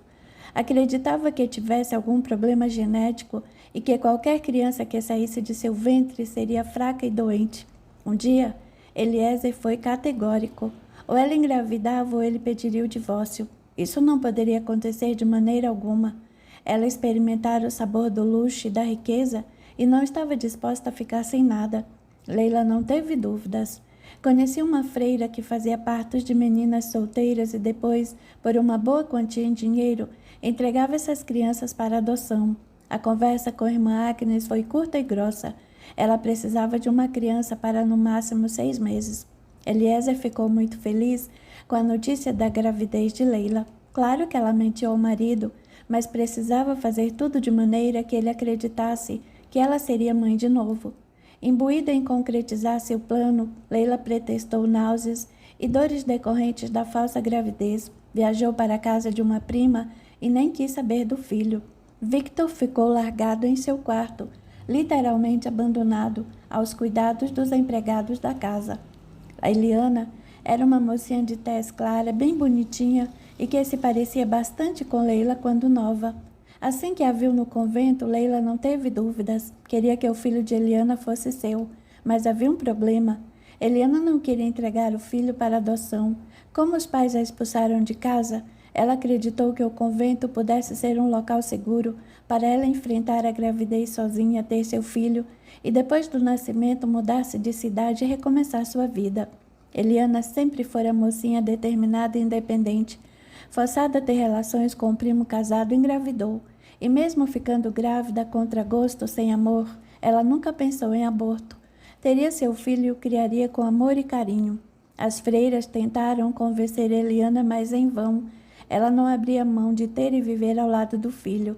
Leila foi tão arrogante e infernizou tanto a vida das freiras que seu desejo foi realizado. Tão logo nascer a criança, fora levada para os braços de Leila. Eliana nunca chegou a ver o filho, protestou, xingou, quase enlouqueceu. Nada fez rever seu bebê. Ela sofreu muito e depois de muitos anos casou-se com um excelente rapaz. Ela e Nicolas tiveram 2 filhos e com os anos Eliana foi se esquecendo do primeiro filho. Leila ficou radiante. A criança era linda. Ela lhe deu o nome de Robert. Voltou da casa da prima com a criança no colo e Eliezer não cabia em si de tanta felicidade. Agora ele tinha um filho de boa saúde que cresceria sadio e no futuro multiplicaria sua fortuna. Com a chegada de Robert na casa, Victor ficou no esquecimento. Leila mal visitava o filho no quarto e sua vida se resumia em Robert. Ela amou aquela criança como tivesse dado à luz seu próprio filho. Alguns anos depois, Victor faleceu em decorrência da saúde debilitada. Na vida anterior a esta, Victor havia desencarnado em virtude dos excessos a que submetera seu corpo físico, fosse por bebidas, fosse por uso abusivo de sexo. Leila intimamente agradeceu a Deus, tiraram um grande peso das costas, e dali em diante passou a dedicar-se a Robert, somente a ele. Robert cresceu um menino lindo, tornou-se homem de rara beleza, mas com um pequeno detalhe, ele era homossexual. Descobriu isso de maneira nada inusitada. Robert passou a sentir-se atraído pelo filho da governanta. Dennis era um menino muito atraente, porém gostava de mulheres. Robert infernizava o menino e sempre que podia abusava de Dennis. Com medo de ser constantemente molestado, Dennis foi-se embora. Sentiu vontade de matar Robert, mas no fundo sabia que Robert tinha seu jeito de ser. Mais tarde, Dennis conheceu uma moça, casaram e tiveram muitos filhos. Robert tornou-se homem feito e de certa forma lidava bem com sua sexualidade e apaixonara-se por Gerard, primo de sua mãe. Embora tivesse problemas de aceitação por sua sexualidade, Gerard apaixonou-se perdidamente por Robert. Eles decidiram viver juntos, causando um rebuliço na cidade, pois em fins do século XVIII, a homossexualidade, ou pederastia, como se dizia à época, era algo inaceitável em qualquer parte do mundo. Robert tinha uma fraqueza por dinheiro. Eliezer obrigou o filho a acabar com aquele relacionamento assintoso e casar-se com uma mulher, pois a fortuna da família corria sério risco de esvair-se. Robert relutou. Amava Gerard, mas amava ainda mais o dinheiro, o luxo, e condoeu-se com a tristeza estampada nos olhos dos pais, principalmente da mãe. Robert era alucinado por Leila e jamais faria algo que a magoasse, mesmo que tivesse de renunciar a seu amor. Numa conversa tensa, Robert rompeu com Gerard. Casou-se com uma moça de família tradicional, Helene. Ele a maltratava e descontava sobre ela a ira de ter se separado de Gerard. Teve um filho, Otávio. O garoto era alucinado por Robert, porém não recebia carinho do pai. Levava constantes surras em decorrência do desequilíbrio emocional do pai, desde que tivera de deixar seu grande amor e viver uma vida de aparências. Robert nunca mais foi o mesmo. Só conversava com os empregados da casa, Gilbert e Regine, que lhe eram fiéis e o entendiam. Robert não deixou nada para a esposa ou filho. Em seu testamento, deixou tudo para o casal de empregados. Morreu rico, mas com o coração em frangalhos, vazio de sentimentos. Arrependera-se amargamente de ter rompido com Gerard e não ter vivido ao lado do seu grande amor. Após o desencarne, Robert arrependeu-se do que fizera e prometeu que numa próxima chance de reencarnação iria lutar contra o preconceito, iria reconquistar o amor de Gerard. Gerard não teve estrutura emocional para superar a separação. Era um homem bonito, cuja atração por rapazes ninguém desconfiava. Era homem viril, bem masculino, mas não sentia atração por mulheres. Quando se apaixonou perdidamente por Robert, Gerard rompeu seu silêncio e enfrentou o preconceito e o escárnio da sociedade. Ao lado de Robert, sentia-se forte para enfrentar as convenções sociais. Depois do rompimento, passou a ser motivo de chacota. As pessoas apontavam para ele e riam, debochavam, faziam piadinhas e, sem um amante ao seu lado, fechou-se numa concha. Sua irmã Claude e sua cunhada Gina tentaram de tudo para que ele se animasse, saísse da depressão e retomasse sua vida. Claude e Gine tinham um carinho enorme por Gerard. Decidiram levá-lo para uma viagem. Ele precisava sair um pouco de cena, esperar a poeira baixar, e em pouco tempo outro escândalo surgiria e as pessoas iriam esquecê-lo. Foram para a casa de campo nos Alpes. Gina tentava consolar o cunhado, e Claude fazia de tudo para que ele voltasse a ser o homem alegre de outrora. Desprovidos de preconceito, aceitavam Gerard do jeito que era e chegaram a apresentar-lhes alguns rapazes que pudessem lhe despertar o interesse. Mas tudo em vão. Gerard não conseguia esquecer o seu grande amor. Pensava em Robert o tempo todo. Chorava dia após dia. Doente e abatido, Gerard começou a alucinar e às vezes tinha flashes de uma vida anterior. Nela via-se ao lado de Victor, e embora vivessem juntos como um casal, tinham uma forte queda pelos prazeres sexuais.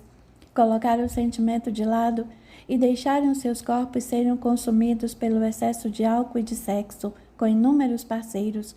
Haviam desencarnado num péssimo estado e passaram muitos anos no umbral, viciados no sexo desordenado.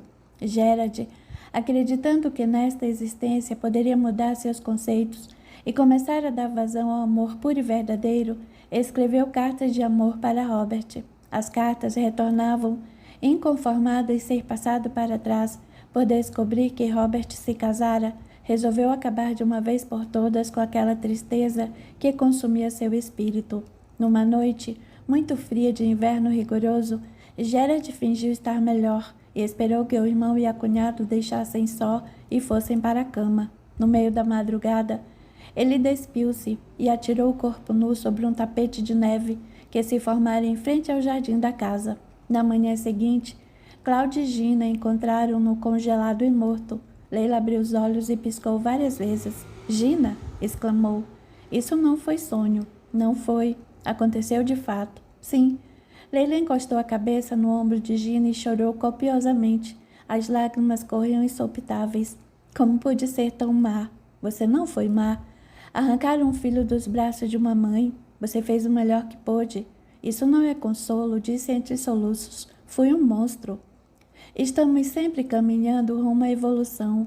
Você e Victor tinham sérios problemas de relacionamento. A saúde debilitada dele serviria para uni-los e jamais afastá-los naquela vida. Perdemos uma encarnação à toa. Pelo contrário, na vida nada se perde. Foi um desperdício. Tudo é aproveitado, toda experiência é válida. Eu tirei o filho de Eliana. É justo que tenho agora tirado meu filho. Você acreditou assim. Sua alma quis passar pelo mesmo que ela. Embora Eliana tenha perdoado quando desencarnados, você nunca se perdoou. A culpa consumia pelo fato de ter separado uma mãe do próprio filho. Embora você amasse Robert como se o tivesse parido, jamais se perdoou pelo sofrimento que causou a Eliana. Ela é uma boa amiga. Vocês duas se conhecem de muito tempo. Foi-lhe permitido ter acesso à última existência, porque ela tem a ver com o que está vivenciando no momento. Ela nunca demonstrou por mim nenhum rancor, muito pelo contrário. Eliana é espírito bom, de muita lucidez. Robert retornou ao mundo como seu irmão querido e seus filhos estão de novo ao seu lado. Ela tem a consciência tranquila e nutre verdadeiro sentimento de amizade por você. Eu desprezei Victor por toda uma existência. É justo que Deus o tenha tirado de mim. Deus não fez isso, salientou Gina. Você quis assim, foi escolha sua, para que por meio da experiência dolorosa você perdoasse a si mesma. Quero muito encontrar meu filho e recuperar o tempo perdido. Vocês terão a oportunidade de se reencontrarem. Quando? Tudo acontece na hora certa. Aguarde e confie. Leila acordou naquela manhã com o coração menos apertado. Sua intuição dizia que ela iria em breve encontrar o filho. Assim que despertou, disse para si mesma: vou aguardar e confiar. Em seguida, pegou a correntinha que Roberto havia lhe dado e disse em alto tom: eu sou amada e protegida por Deus. Ela levantou-se, espreguiçou-se e escutou o latido de Rex. Ele estava na beira da cama saltitante. Olá, meu querido. Ela fez sinal com as mãos. Bom dia. Nelson apareceu na soleira da porta. Bom dia, preguiçosa. Dormi tão bem. Estou com uma sensação tão gostosa. Sonhou comigo? Por que sonhar com você se eu tenho 24 horas por dia? Nelson aproximou-se e a beijou nos lábios. Estou muito feliz de poder passar alguns dias na sua casa. Nunca me senti tão à vontade ao lado de mulher alguma. Leila esboçou um lindo sorriso, mostrando aqueles dentes brancos e perfeitos. Gostaria de passar mais dias? Como assim? Há de ficar aqui comigo, não só alguns dias, mas todos os dias? O que quer dizer, bobinho? Eu gostaria que você se mudasse para cá em definitivo. Rex também adoraria, não é, Rex? Indagou ela encarando o cachorrinho ao lado da cama. Nelson sentiu enorme sensação de bem-estar. Era como se seu coração se distendesse num largo sorriso. Ele amava Leila. Amara desde o primeiro dia em que a vira. Depois veio a amizade, o namoro, mas a situação estava muito solta para o gosto dele. Como ela era mulher independente e decidida, Nelson tinha medo de que uma proposta mais séria pudesse afastá-la de seu convívio. Você está falando sério? Estou. Eu o amo. Quero viver ao seu lado. Eu também a amo muito. Nelson aproximou-se e beijou-a demoradamente nos lábios. Deitou seu corpo sobre o dela, porém Rex os impediu de continuarem as carícias. Leila riu. Nosso filhinho quer fazer seu passeio matinal. Creio que depois do passeio continuaremos de onde paramos. Combinado. Nelson beijou-a nos lábios, pegou a coleirinha sobre a cômoda. Instantes depois, ele caminhava feliz com o cachorro pela redondeza. Leila levantou-se e tomou uma ducha reconfortante. Sentia-se mais forte e mais confiante. Se fosse para encontrar seu filho, ótimo. Contudo, se a vida não permitisse tal encontro, ela entenderia. Quer dizer, sua alma sabia da verdade. Sentia-se forte porque tinha Nelson ao seu lado, ou Eliezer, em outra vida. Leila estava em paz. Capítulo 23. Fazia algum tempo que Vicente tinha sido afastado do trabalho. Estava de licença médica. Uma noite durante a escala em Nova York teve febre e dores pelo corpo. Era algo parecido a forte gripe. Durante alguns dias sentiu calafrios pelo corpo todo, febres altíssimas. Engoliu comprimidos para a gripe e continuou levando sua vida de sempre. Mesmo debilitado, ele saiu e foi a um bar. Vicente vira a formação que a comunidade gay havia passado nos últimos anos. A noite não tinha mais seu brilho. Muitas saunas haviam sido fechadas. Até mesmo a música dançante e as discotecas tinham ficado para trás. As divas da discoteca davam lugar para novos movimentos musicais e bandas. Em pouco tempo que a doença se espalhou, o sexo desenfreado deu lugar ao pânico, ao medo, ao terror, à influência de doentes aos hospitais e às mortes, que deixaram desamparados amigos e amantes das vítimas da praça gay. Fazer sexo com vários parceiros numa mesma noite tinha se tornado algo completamente fora de moda, inadequado e mortal. Vicente entrou no bar e pediu uma cerveja. Naquele tempo, os bares de Nova York tinham balcão e banquetas logo na entrada, e mais ao fundo, geralmente uma porta de ferro preta ou uma cortina que levava o frequentador a uma sala escura, parcamente iluminada. Durante os anos em que a única doença que os gays temiam era a gonorreia, esse tipo de sala, conhecida como dark room, estava sempre cheia, e cada pedacinho de espaço era disputado à tapa. O rapaz olhou ao redor do balcão e os rostos não eram confiáveis. As pessoas tinham receios de se relacionar, de trocar um beijo, de avançar o sinal. O medo era a expressão presente no rosto de todos os homossexuais. Vicente resolveu ir ao dark room. Talvez lá pudesse encontrar alguém menos encanado com a tal doença. Tudo bem, a AIDS existia, estava matando um monte de gente, mas ele estava vivo e acreditava que a doença até poderia ter sido um vírus de laboratório criado durante o governo para acabar com a raça gay. A bem da verdade, Vicente não estava nem aí para a AIDS ou para quem estivesse doente. Afastara-se dos amigos contaminados. Ele tinha horror a qualquer doença, e ver alguém ser destruído pelo vírus maldito lhe causava profunda repugnância. Eles não tomaram os devidos cuidados. De que adianta eu estar ao lado deles? Vou morrer de qualquer jeito. Se o mundo heterossexual sentia-se combalido a acreditar que os gays eram os propagadores da doença maldita, estigmatizando e fuzilando cada homossexual com olhos reprovadores, dentro da própria comunidade gay também havia muito preconceito. Embora associações fossem criadas para defender os direitos dos homossexuais doentes, embora grupos de pessoas dedicadas e empenhadas na busca de melhores condições de tratamento aos pacientes pipocassem em várias partes do globo, muitos homossexuais agiam tal como determinada parcela de heterossexuais intolerantes. Vicente era um deles. Ele se dirigiu ao dark room e a porta estava trancada. Um rapaz lhe disse em inglês: "Pode esquecer, está fechada por tempo indeterminado. Estão acabando com nossa fonte de prazer. Onde posso ir?" O rapaz sorriu e aproximou-se. Até que ele era bonitinho, troncudo, fortinho, barbinha ruiva. Estava usando uma camisa xadrez e parecia um lenhador americano. Vicente devolveu o sorriso e eles se abraçaram ali mesmo. Durante as trocas de carícias, Vicente foi mordiscar o pescoço do rapaz e notou os gânglios inchados. Ele teve um nojo sem igual e empurrou o rapaz com violência. "Você está doente." "Um beijo não mata", revidou o rapaz. "Espero que morra." Vicente falou, cuspiu no chão e estugou o passo. Ganhou a rua e aspirou e soltou o ar várias vezes. "Está todo mundo morrendo. Eu só volto ao Brasil daqui a 4 dias. Não vou poder esperar tanto tempo para me deitar com Sérgio." Ele rodou nos calcanhares e caminhou em direção ao Central Park. Havia uma área do parque escolhida pelos homens para ficarem juntos durante a madrugada. Vicente não pensou 2 vezes. "É para lá que eu vou."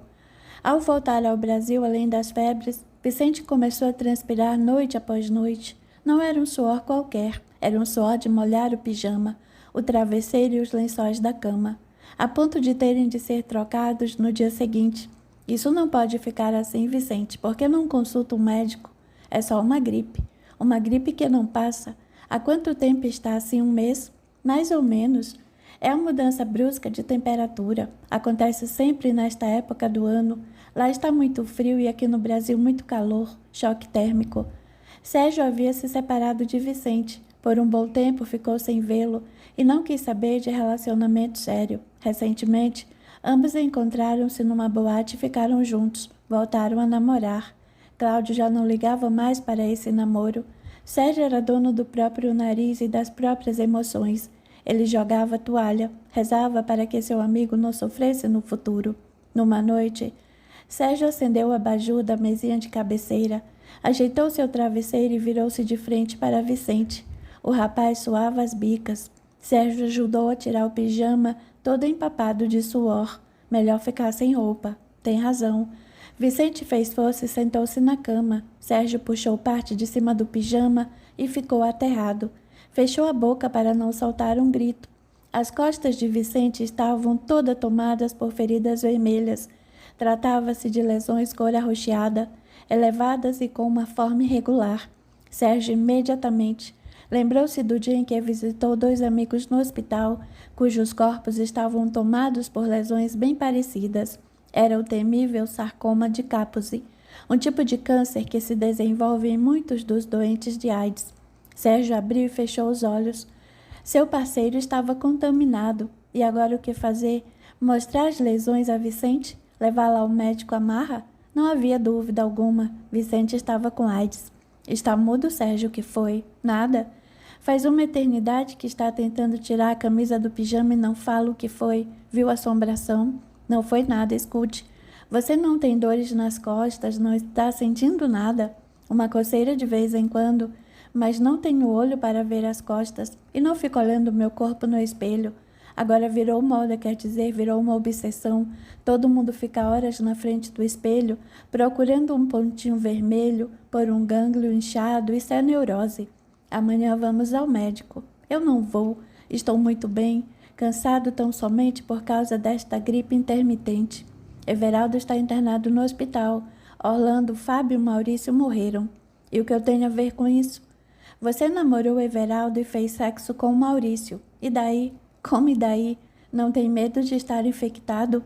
Vicente deu uma gargalhada. Eu infectado? Está louco? Não, mas... Nada de mas. Para que vou procurar pelo em ovo? Os médicos têm necessidade de dizer que temos algo. Precisam justificar o valor da consulta. Eu posso acompanhá-lo. Não. Se ao menos tivéssemos um teste para detectar essa praga nojenta, tudo bem, mas ninguém sabe se está ou não infectado, esse é o terror. Mas essa tosse, esse cansaço, as febres noturnas, Vicente mordiscou os lábios. Não queria pensar em nada. Ele podia não estar com o vírus. Ainda não existia teste anti-HIV, ou seja, o teste imunoenzimático que permite a detecção de anticorpos específicos no soro. O teste só seria disponibilizado algum tempo depois. Nessa parte da história, a pessoa descobria ser portadora do vírus quando o sistema imunológico dava sinais claros de baixíssima defesa do organismo por meio de doenças oportunistas. Sérgio pensou e pensou. Levar o companheiro até o banheiro e mostrar-lhe as costas cheias de erupções não seria de bom tom. Ele ajudou o Vicente a se cobrir e ficou pensando numa maneira de arrastá-lo até o médico. Não precisou de muito tempo, porque tudo aconteceu de maneira muito desagradável, muito triste. Vicente continuava debilitado, saúde fraca, tosse constante e febre intermitente. Devido ao estado gripal que se estendia ao longo de semanas, a companhia aérea o afastou do serviço. Vicente acreditou que alguns dias de descanso ajudariam no seu pronto restabelecimento. Ele insistiu com Sérgio para ir à inauguração de uma nova casa noturna na cidade. Os convites eram disputadíssimos e mesmo assim conseguiram 2 ingressos. Vicente vestiu-se com dificuldade. Ao terminar de se arrumar, as grossas gotas de suor escorriam-lhe pela fronte. Ele estava afante, mas não queria perder aquela inauguração, de maneira alguma. Comprei esse terno Armani para a ocasião. Você está fraco, mas estou vivo. Não perca essa inauguração por nada deste mundo. Uma brisa leve soprava na noite. Sérgio estacionou e com dificuldade que Vicente saiu do carro. Já dentro da casa noturna, ele pediu para que Sérgio arrumasse um lugar para se sentar. Mal conseguia se manter em pé. Vicente estava doente. As erupções cobriam boa parte do seu corpo, mas seu rosto mantinha bom aspecto e as roupas cobriam perfeitamente as feridas. Ele cumprimentou e foi cumprimentado. Sérgio foi ao balcão e pegou uma bebida e refrigerante. Ao trazê-las, Vicente exasperou-se. Não quero refrigerante, quero uísque. Não creio que você esteja em condições de tomar bebida alcoólica. Quem é você para decidir o que devo ou não beber? Não é isso. Virou minha babá. Eu mesmo pego minha bebida. Em seguida, Vicente levantou-se e foi caminhando lentamente até o bar. Sorriu para alguns conhecidos. Passou por um rapaz, outrora muito bonito, que claramente estava sendo consumido pela AIDS. Vicente fez um esgar de incredulidade, disse algo como e foi com tristeza que o rapaz afundou-se na banqueta do bar. Como vai, Vicente? Bem, Lucas, o contrário de você. Eu estou doente, dá para perceber. Vicente foi se afastando, olhando para Lucas, o deixava transtornado. De repente veio o inesperado. Vicente sentiu uma tremenda dor de barriga, fechou os olhos, respirou fundo e deixou o bar. Tentou caminhar até o banheiro, não conseguiu. Tão logo ele começou a andar, a cólica intestinal intensificou-se. Ele não teve como segurar. A disenteria veio forte e Vicente borrou-se todo na frente de todo mundo. O mau cheiro imediatamente inundou o ambiente e pessoas, aterradas e com cara de nojo, afastaram-se, fazendo um círculo ao redor do rapaz. Lucas começou a passar mal e saiu em disparada. Ao passar por Vicente, soltou: "Você tem AIDS." O olhar de súplica que Vicente dirigiu a Sérgio foi de cortar o coração. Sérgio imediatamente correu até seu encontro. Passou o braço pela cintura do companheiro. As lágrimas escorriam abundantes. Vicente disse em voz melíflua: "Leve-me embora daqui, pelo amor de Deus." Sérgio conduziu até a saída a passos lentos. As pessoas faziam comentários maledicentes e apontavam para o casal. Alguns riam daquela situação, outros demonstravam um verdadeiro asco. Logo eles saíram. O cheiro dissipou-se no ar e a festa de inauguração continuou sem maiores problemas. Ao chegar próximo do carro, Vicente tirou a calça e a cueca, limpou-se. Sérgio tirou o paletó e jogou sobre o banco do passageiro. "Vamos para um hospital." "Não, por favor," suplicou Vicente. "Não posso chegar ao hospital todo sujo e mal cheiroso. Leve-me para casa. Ajude-me a tomar um banho, depois vamos para o hospital." "Promete?" "Sim." Sérgio acomodou no banco, deu a volta e entrou no carro. Deu partida e em pouco mais de 20 minutos estavam em frente ao Copan. Sérgio estacionou o automóvel, olhou ao redor, não havia ninguém. Delicadamente, pegou no braço de Vicente e o conduziu até o elevador do bloco D. Chegaram ao andar e Vicente lhe entregou a chave. Sérgio abriu a porta e foram direto para o banheiro. Foi um banho demorado, sem um pio, um silêncio absoluto. Sérgio banhou demoradamente o companheiro. Depois pegou suas roupas e Vicente se vestiu. Foi humilhante. Eu me borrei na frente de todo mundo. Não pense assim, aconteceu. Viu a expressão no rosto das pessoas, viu Lucas. O que ele tem? Ele saía comigo. Era meu companheiro de boate. A expressão de horror na cara dele foi como uma punhalada nas costas. Eu notei que ele tentou conversar com você, mas... Tenho medo, Sérgio. Eu vou morrer. Que morrer que nada. Leve-me ao hospital. Estou me sentindo muito fraco. Meia hora depois, Vicente deu entrada no hospital. Precisava levar ainda a madrugada inteira para que fosse atendido. Havia muitos outros doentes na frente em situação semelhante à sua. Parecia que o mundo estava padecendo do mesmo mal. Tamanha a quantidade de pacientes que não paravam de chegar.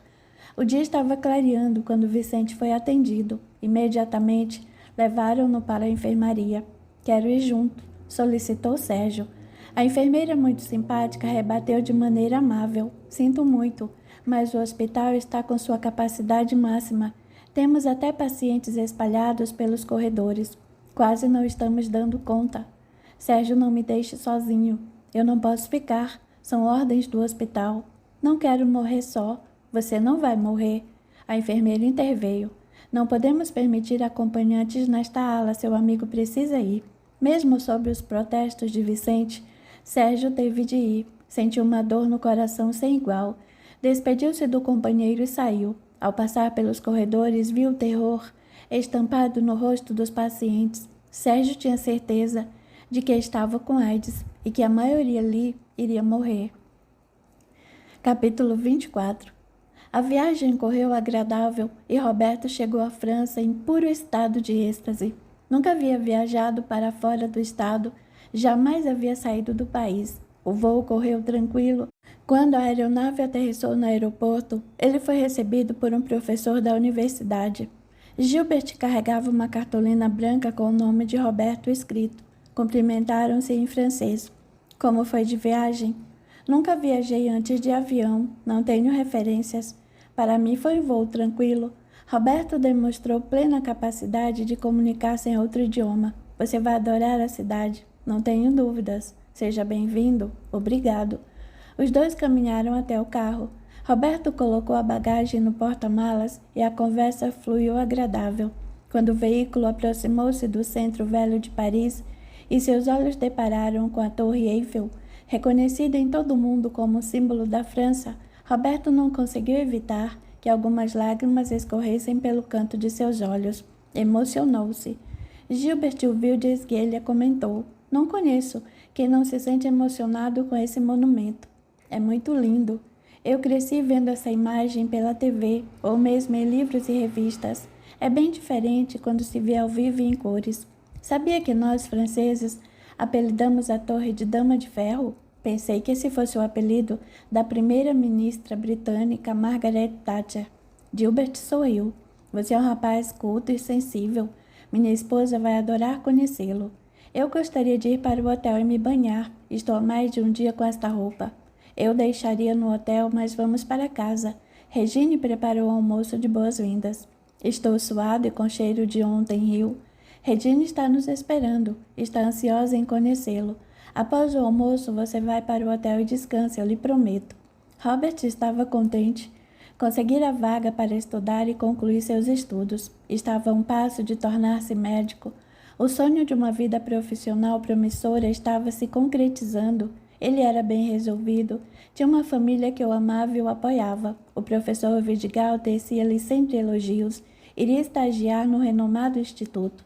O que mais queria da vida? Roberto olhava os monumentos ao redor, o vai-vem das pessoas. Ficou deveras encantado. De repente sentiu uma vontade grande de compartilhar esse museu de grandes novidades com alguém. Seria tão bom ter um namorado, um companheiro, um amigo especial que pudesse estar ao seu lado naquele momento. Foi então que Roberto se deu conta de que sua vida afetiva estava colocada bem de lado, ou bem abaixo na lista de prioridades. De certo modo, ele sacrificara as horas de lazer e as possibilidades de relacionamento em prol dos estudos.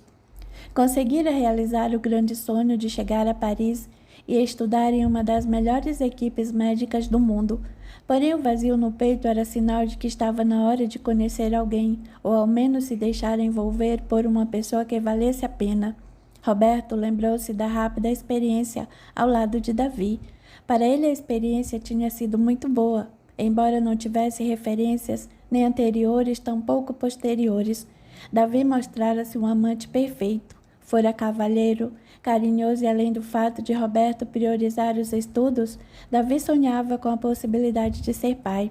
Os dois podiam funcionar muito bem, mas os objetivos de vida de cada um eram bem diferentes. Os encontros com Davi foram se espaçando e há alguns anos Roberto via-se sem um flerte, um namoro ou mesmo uma transa. Não diria que ele estivesse subindo pelas paredes, visto que toda a sua energia vital era canalizada nos estudos e pesquisas. O rapaz estava em equilíbrio, mas ao notar os lugares famosos que Gilbert lhe apontava, sentiu que poderia compartilhar essa surpresa com alguém, digamos, especial. Está muito distante.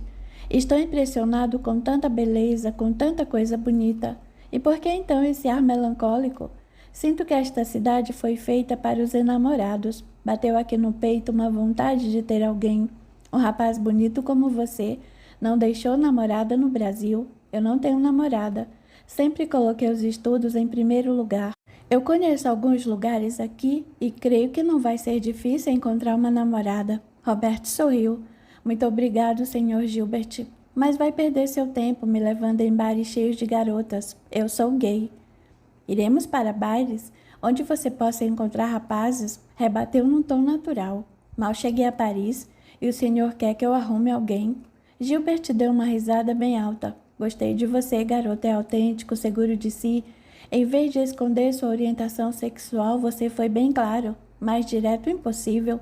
Eu tenho alguns amigos gays, posso apresentá-los. Depois que eu retomar os estudos e iniciar meu estágio no instituto, pensarei nisso. Gilbert dobrou algumas quadras e pararam defronte de um elegante edifício de 4 andares, cercado por um jardim muito florido e bem cuidado, próximo ao Boulevard. Chegamos. O senhor mora aqui? Moro. É muito bonito. Obrigado. Os pais de Regine lhe deixaram de herança. Não poderíamos morar num endereço melhor. Pode-se ir a pé daqui até a universidade. Roberto saltou do carro e olhou ao redor. A rua era arborizada, tranquila. Alguns passarinhos brincavam saltitantes nas árvores. Ele deu a volta e pegou a bagagem no porta-malas. Atravessaram o portão de ferro, contornaram o jardim e pararam diante do hall de entrada. Gilbert cumprimentou o porteiro e virou-se para Roberto. Não temos elevador aqui. Importa-se de subir 2 lances de escada? De maneira alguma. O porteiro pegou a mala de Roberto. Eu carrego para o senhor. Não tem necessidade.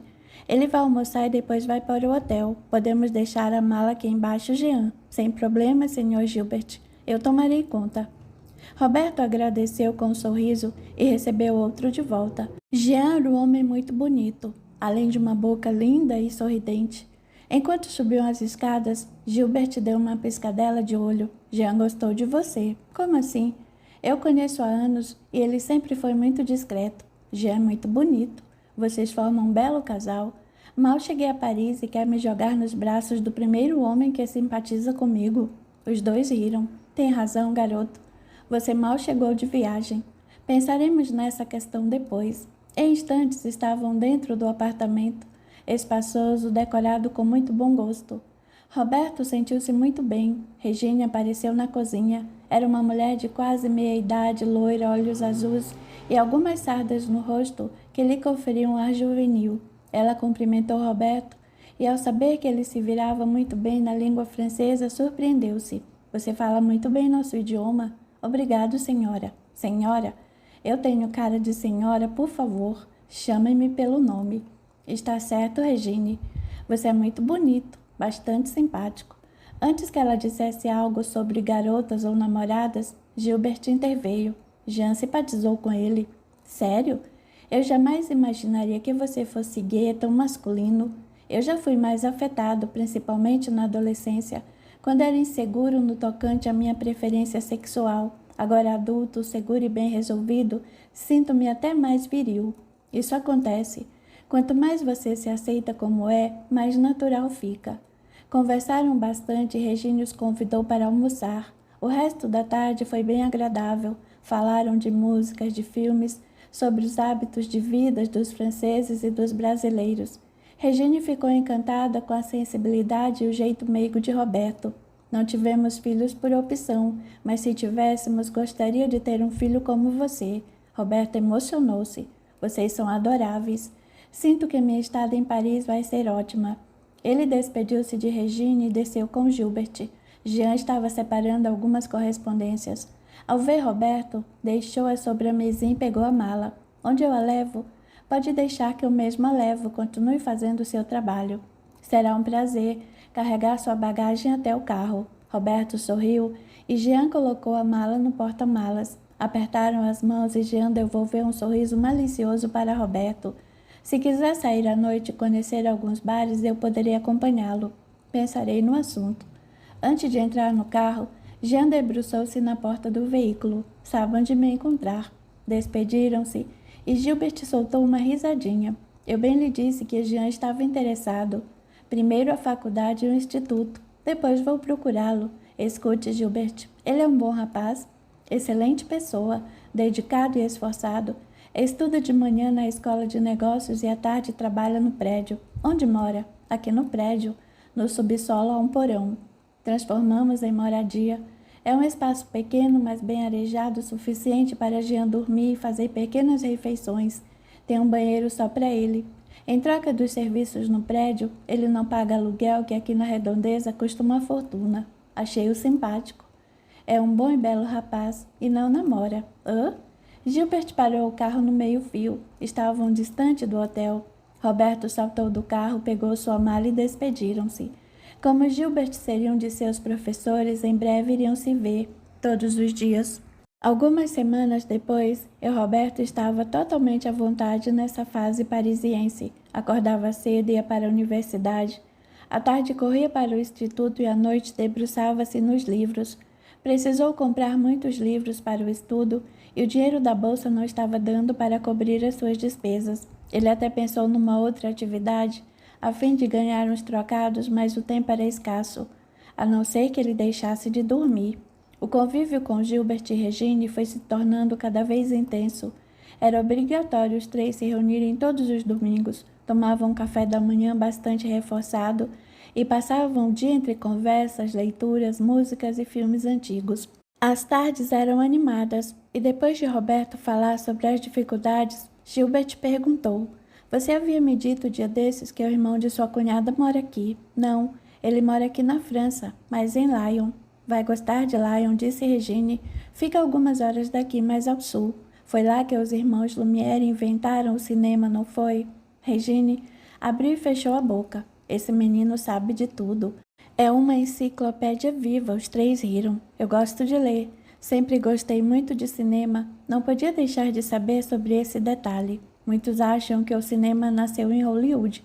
Eu bem que gostaria de conhecer Lyon. Podemos aproveitar algum feriado, o que acha?" Indagou Gilbert. "No momento não tenciono viajar. Não quero me desconcentrar. Primeiro os estudos e o trabalho. Se sobrar um tempinho, eu viajo. Já não chego aos passeios que fazemos aqui mesmo em Paris, mas a França é mais que Paris. Por outro lado, Regine, por que eu iria atrapalhar a vida de Nicolas? Ele é homem ocupado, trabalha muito. Bom, você não conhece ninguém por aqui que pudesse ajudá-lo?" "Não, só tinha a referência de Nicolas. Embora Anne fosse muito legal comigo, afirmando que eu poderia contar com seu irmão no que precisasse, eu não quero atrapalhar." "Aceitaria ficar aqui conosco?" "Como assim? Nosso apartamento é grande e espaçoso. Temos um quarto onde guardamos tralhas. Estou cansada de tanta bagunça. Podemos ajeitá-lo e você viria morar conosco." "Morar com vocês? Vou atrapalhar, vocês têm uma rotina aí." Gilbert interveio. "Regine e eu gostamos muito de você e gostaríamos de ajudá-lo de alguma forma. Ficando aqui em casa, você vai poder usar o dinheiro do hotel com livros e sentir-se mais à vontade." "Eu adoraria. Vamos até o hotel, pegaremos seus pertences e você vem para casa hoje." Roberto os abraçou feliz e emocionado. Gilbert e Regine eram como os pais para ele. Tratavam-no com carinho sincero e genuíno. Ele adorava estar na companhia dos dois. Havia feito algumas amizades na universidade e até no trabalho, pois Roberto era muito simpático e atencioso com as pessoas. Contudo, preferia a companhia deste casal de meia-idade. Eles eram muito simpáticos e amáveis. Acertada a conta no hotel e com a mala no banco de trás do veículo, mais uma caixa repleta de livros, Gilbert deu as chaves do carro para Roberto conduzir. "Conhece a cidade melhor do que eu, pode dirigir." O rapaz sorriu, pegou o molho de chaves e deu partida. Antes de chegarem à residência de Gilbert, eles deram uma volta pela cidade, divertiram-se e riram bastante. Passava das 6 da tarde quando Roberto parou o carro no meio-fio. Gilbert pegou a caixa de livros, Roberto pegou a mala e encostou à porta do carro. Subiram e Regine o abraçou, pousando carinhosamente um beijo em sua testa. "Seja bem-vindo, meu filho." "Muito obrigado." Ele falou e pôs a mão à cabeça. Esqueci de trancar o carro, volto num minuto." Ele desceu rapidamente as escadas, atravessou o hall-jardim, passou pelo portão e trancou as portas do veículo. Ao virar-se para entrar no prédio, sentiu uma mão puxar-lhe delicadamente o braço. "Como vai?" "Jean?"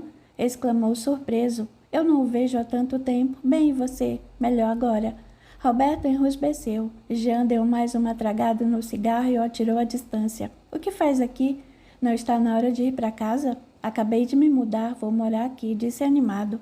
Os olhos de Jean brilharam de maneira diferente. "Vai mesmo morar aqui?" "Vou. Preciso economizar. E Gilbert e Regine me ofereceram um quarto. Eles são boas pessoas, ajudaram-me bastante." "Sei disso."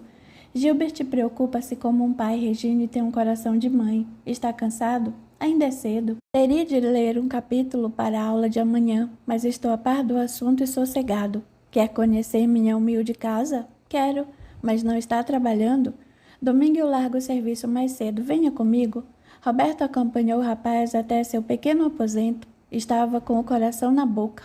Gilbert os vira pela janela da sala. Quando percebeu que os dois se dirigiam ao porão, esboçou um sorriso. "Roberto está demorando." "Vai demorar mais, Regine." "Aconteceu alguma coisa?" "Espero que aconteça. E torço para que Roberto não durma em casa esta noite."